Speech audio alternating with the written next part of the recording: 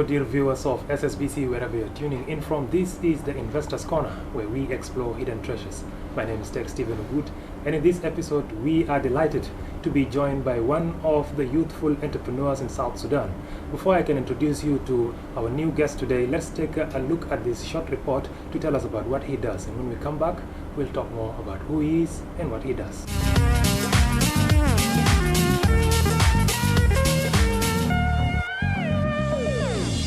Welcome to the Investors Corner. In this episode, we are discussing business with a young entrepreneur by the name Kerbino Wol, who is the CEO of CAS Security Company and manager of other line companies such as Nile Foundation and Kerbino's Executive Conference Center.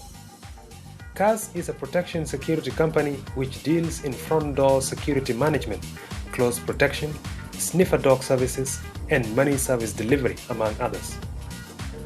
With its headquarters in Mauritius, CAS has spread out its services across the region, with South Sudan office establishing prior to independence. Today, CAS offers training to locals to create employment and ensure professionalism in security service sector. Nile Foundation is a local non-governmental organization offering humanitarian services, capacity building, and youth motivation in investment and entrepreneurial activities. Meanwhile, Kerbino's Conference Center is a business offering space for conferences on top of the highest tower in town with an executive background look overseeing the city. To learn more about these investment ideas, stay tuned as we explore South Sudan's hidden treasures with the man behind these ideas.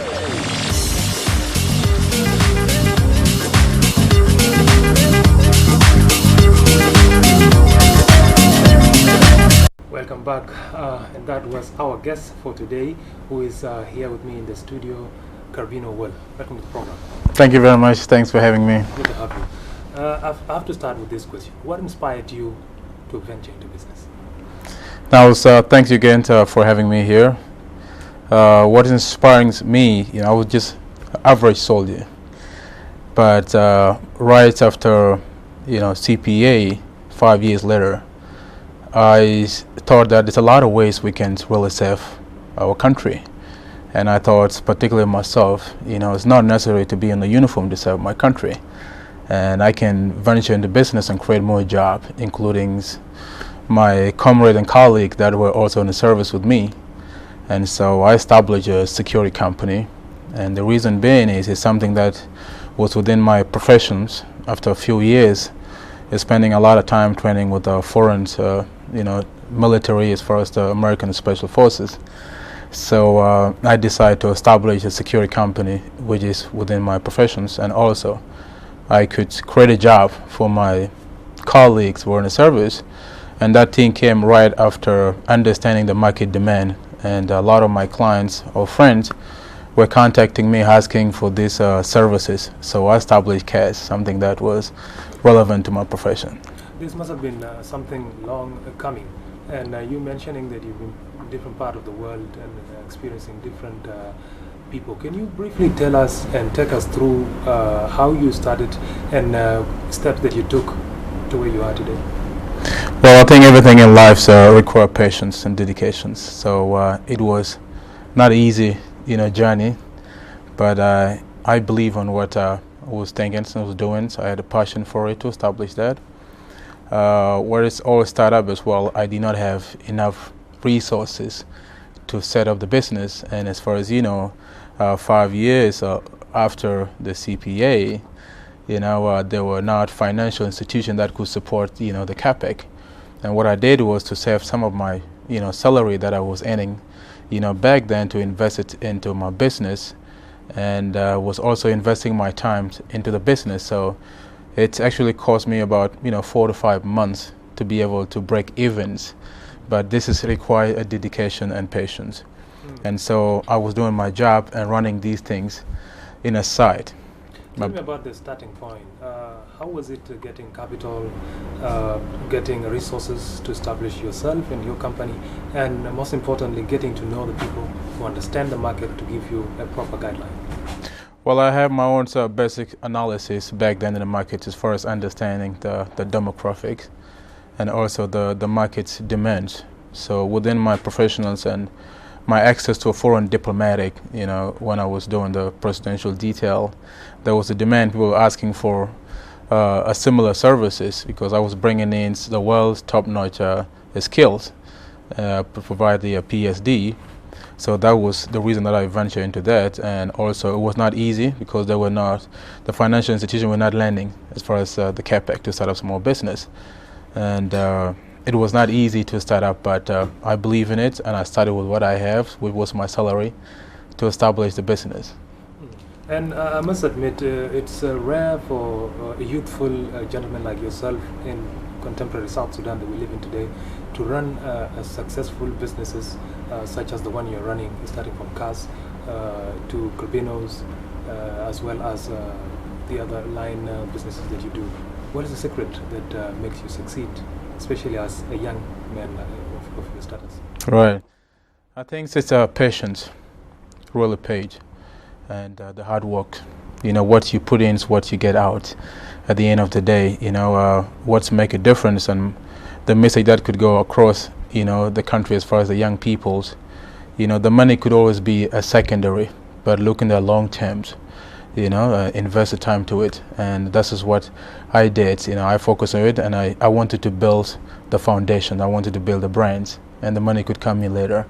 And I think this is with all the successful businesses. You talk about Aliko Dangote. It probably took him about 30 years to be African richest man. It wasn't, up and overnight, and this was patience, and he wanted to build our reputations. And I think that is the secret. If you were to encourage or advise a young person out there who's looking forward to start up a business but doesn't know from where to start, what would you say? Well, I think it's all doable. What tend to happen is a lot of people focus on how hard they tried, but it's about getting outside there, and naturally do it. I think that's what justifies. But I think it's all doable. There's never been going to be a right time that young people need to get up, or opportunity is not going to represent itself. This is the time for the opportunity. And I think young people have to get outside there as far as anybody who is, seeking of establishing business, to venture in and take risks. And I think we have to take risks in business. You are involved in companies that I've just mentioned earlier, Car Security, Nile Foundation, and Kerbino's conferences. Before I tell you to narrate to us what each company does, can you tell us how do you run these companies simultaneously without collision? I think time management and hard work, and it's a great human resources. In every business, there's nothing important like a human capital. And the secret behind me running these different entities separately and professionally, it's how I invest into a great right candidate to be able to do the job. We focus on a lot of capacity buildings to train our young South Sudanese to be able to take these job, and also bring in right qualified people, because cheap thing is very expensive. You bring somebody that is not really competent in this kind of job is going to ruin and will not do effective job. And so the secret is invest in the teams. And CARES, Nile Foundations, and Kerbino's conference, I'm very, very blessed with a great team that I have, and I have to invest in the team. I think it's very important. So time is your secret. So before we go deeper into knowing, because our viewers out there might not be knowing what is CAS, what is Kerbino's conferences, what is Nile Foundation, we're going to ask you to tell us each and every one of them in details. But before that, let's just have a short break. We are going for a short break, and Investors Corner is back shortly. Stay tuned.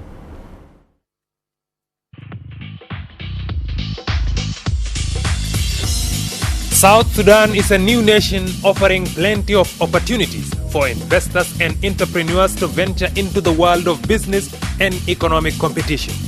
It's indeed a land of milk and honey, blessed with oil fields, fertile land for agriculture, national parks for wildlife, herds of livestock, rich cultures, and deeply rooted traditional history, placing the country amongst the fastest growing economies in Africa. In this program, we'll be interacting with businessmen and government officials to inform you about the economic prosperity of this nation. This is the Investors Corner, exploring hidden treasures Join me every week at this time.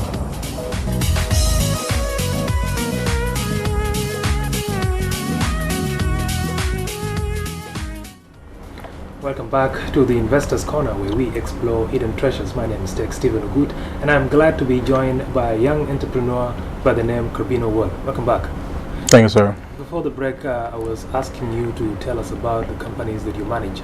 Let's start with CAS Security. Can you tell us what is it composed of, and what exactly does it do? What are the services? CAS is a security company, and with various services under the umbrella of security. We do PSD, which is a personal security detail. This is like a diplomatic security kind of stuff. We also do cash in transit. So basically, we move the money from the bank to the banks to ATMs. In these services, we have like a bulletproof, modified car that moves the money. This is one of our services. We also provide a static guard that are posted on the site. It could be a bank, could be embassy, could be compounds, office, etc. We also have the trackers. It's a tracking devices that we can chip in the car, and you can trace the car from point A to point B. In case the car gets stolen, we can be able to trace where your car is, and we can also respond to where your car is also. We also provide a consultancy, so we bring in an expert that understands the security environment, and basically we attach them to the project, the NGO, the embassy, and they can advise on the situation in the country. Yeah. You were also telling me about the services such as the sniffer dogs. How does it come in? We have the EDD, explosive devices dogs. So basically we had a contract with the UN, and their main job is to detect any sort of explosions. It could be a gunpowder, it could be like a explosive, could be a bombs. And these dogs are, well trained. It's very, very high standard as far as the UN requirement is concerned. So right now we are providing these services for the UN camps, both here in Juba and also in the outstation, a place like Bentio. Yeah. Your services seems to be targeting a certain class of people and companies. What kind of services do you have for the common local South Sudanese? We have a static guard. It's also, varies within your muscles and your financial capabilities, but we're very, very open to anybody that will, seek our services. Within that we have SSB clientele that pay local currency. We also have hard currency clientele, so which is NGO, but we also have a local entity and business that we provide these services to. So we're very open to the markets to be able. We have also seen a number of security companies that are in Juba today. What makes CAS stands out from the rest? CAS is only South Sudanese security company that is operating on the international standard. According to the UN, you need to pass what you call it's under the DSS, the Department of Security Services, international credentials. So CAS is the only local security company that is competing on the international stage. And CAS is the only, CAS is 100% owned South Sudanese. And we here to stay, we invest in the country, and we're here to empower a lot of young people, and we strictly employ South Sudanese strictly. And we invest a lot in them. We have a lot of programs that other companies doesn't do. We have what you call the back to school programs that CAS have. We've sponsored 90% of the actual cost for the student to go back to school. And we also have what you call the emergency funds, which is tax exempted, that we pay to our staff at the middle of every month. So these three things, I think, is make CAS stand out as far as being 100% South Sudanese owned. Let's talk about your sister company that you're also managing, the Nile Foundation. Briefly tell us about it. Nile Foundation is a homegrown national organization. It's non-profit. And this is what also add on to your previous questions is this is what make CAS stand out. We have this social responsibility as far as other youth empowerment. So Nile Foundation, it's strictly, it's funded by the CAS. So some of my profit go back to my people as far as encouraging and empowering youth. And so NAL Foundation is established in the conviction of empowering young people through sport and education. Yeah. And finally, we come to the last company that you're also managing, the Kerbino's conference, executive conference center. What are the services that Kerbino's conference center offers? We provide conference facilities. We host a lot of executive conference. At the moment, we have upcoming oil and gas conference that is taking place on the 11th of October. And it's going to be exploring opportunity in the oils and energy sector in South Sudan. And we host a lot of conferencing as well as executive with different size, could be 20 up to 30 people. And within the Kerbino's, we have a restaurant that's coming up. It's going to be the steak house restaurant. And so, yeah, we provide things like catering. We can go and set up small mobiles, bar, restaurants, caterings, depends on the client's need, what need to be provided. And so this is what Kerbino's conference. Being located on the rooftop of one of the tallest buildings in town, any particular reason why? Totally no, it's just the positionings. It's in a great place. It's in the central of city. It's very accessible. And the road, the security play a lot of role as well. So as I say, in every market, analyzing any market, you need place, price. It's very, very important. So we choose that place because of the locations. Yes. All these three companies we've been talking about, what are the corporate social responsibilities of each, or at least all of them, to the people of South Sudan? How do you give back? Well, I give back through NAL Foundations. It's a non-profit, and it's organization that tend to understand, because I believe good things happen from inside. And when I established NAL Foundations, it's because I understand youth are really the victims. And this country is gifted with a lot of young people, so 72%, of your 12 million is below the age of 30. So with all these resources we have, we need to invest in young people and give them, a skill for them to explore these resources. So with all these three companies, I sponsor NAL Foundation. That's also my profit from there. We never get any funds from any international institutions. It's all my profit I plow back to the organizations.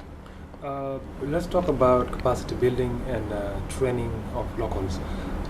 Do you offer such services, because such services are really scarce and needed by the people of South Sudan? For example, let's pick a discipline like catering. Most of South Sudanese today, if you go to a bigger restaurants or hotels, you find foreigners are still the one running these businesses. What is your company doing to ensure that our local people understand the definition and description of each job and venture into it with their hearts? Now, this is what we have in the future as far as establishing vocational training. You don't need a very academic approach right now. This could be a long term. So we're looking at short terms to be able to give young people, informal education as far as waiters, plumbing. You don't need a degree to be a waiter, for example. You don't need a PhD, to be a carpenter. And so this is the areas that we established, which NAL Foundation right now have few orphanage as we speak. The victims of the 2013, we put them on the mechanical training right now. We have one of these best mechanics as we speak, and this is the orphanage that we put in this program.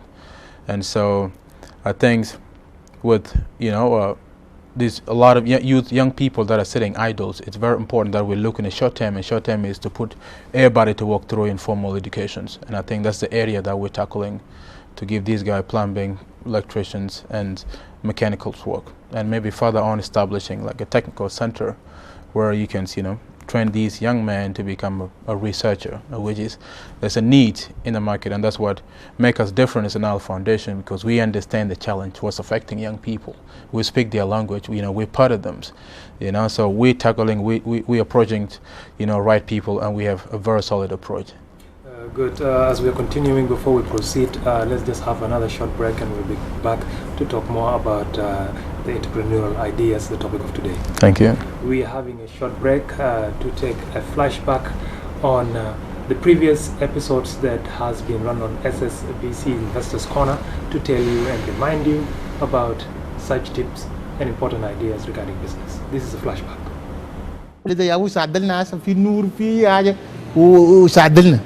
وجينا عندي كفاءات كنينا نمم كده وبلدنا نسلو ننوما في زول ثاني بنا حاجة كويس في بلد بتاعك إلا أنت جنب بتاع بلد. Welcome back. That was a flashback from 2015 from one of our guests here in the studio. Moving on, I am joined by a young entrepreneur by the name Kerbino Wol, and we are exploring entrepreneurial ideas. Welcome back. Thank you for having me back again. Now, most businesses today in Juba and in South Sudan in general are complaining of the ongoing economic crisis, and most people are discouraged. What is your take on that? Well, we both know within the private sectors, operating in South Sudan, it's quite a challenge market. But again, you have to look in the long terms. Sometimes business, you win and you lose. And as we speak, we make some few losses since, 2013. Sometimes you operate on a loss. And to give you one example is some of our, SSP clientele, contract, lost values. So what it means is if you have a fixed contract for a year, based on the market value, and every month the local currency loses value against the hard currencies. So if you fix on that every month, its inflations kick in or go further, you lose this certain percentage. So within a year, because most of the contracts are signed for 12 months, so you find yourself operating 40% below the actual contract values. But that doesn't need you to really close down the business, and that's why we've been sustaining ourselves. We understand that it's tough, but it's going to get better. You don't need to go down. This is what you call the opportunity cost. So we stick in the market. We do our book right. We understand the market inflations, but this is what it is in business. Sometimes you lose, sometimes you win, but the commitments have to be there, and that's why we survive. But yeah, I know a lot of business been actually they took a lot of knock, but it's also the markets, the models that these guys choose to really chase. People tend to chase money, like fast money. But you set all your business, goals and objectives based on the quick money, or make the money as a primary, approach. It's not going to sustain yourself, and that's why you see a lot of particular indigenous businesses really went down, and this is one of the reasons. So, staking in the markets and do your books right and understand the market trends is very, very important. But what do you think is the role of local business people like yourself in attracting foreign investment in South Sudan?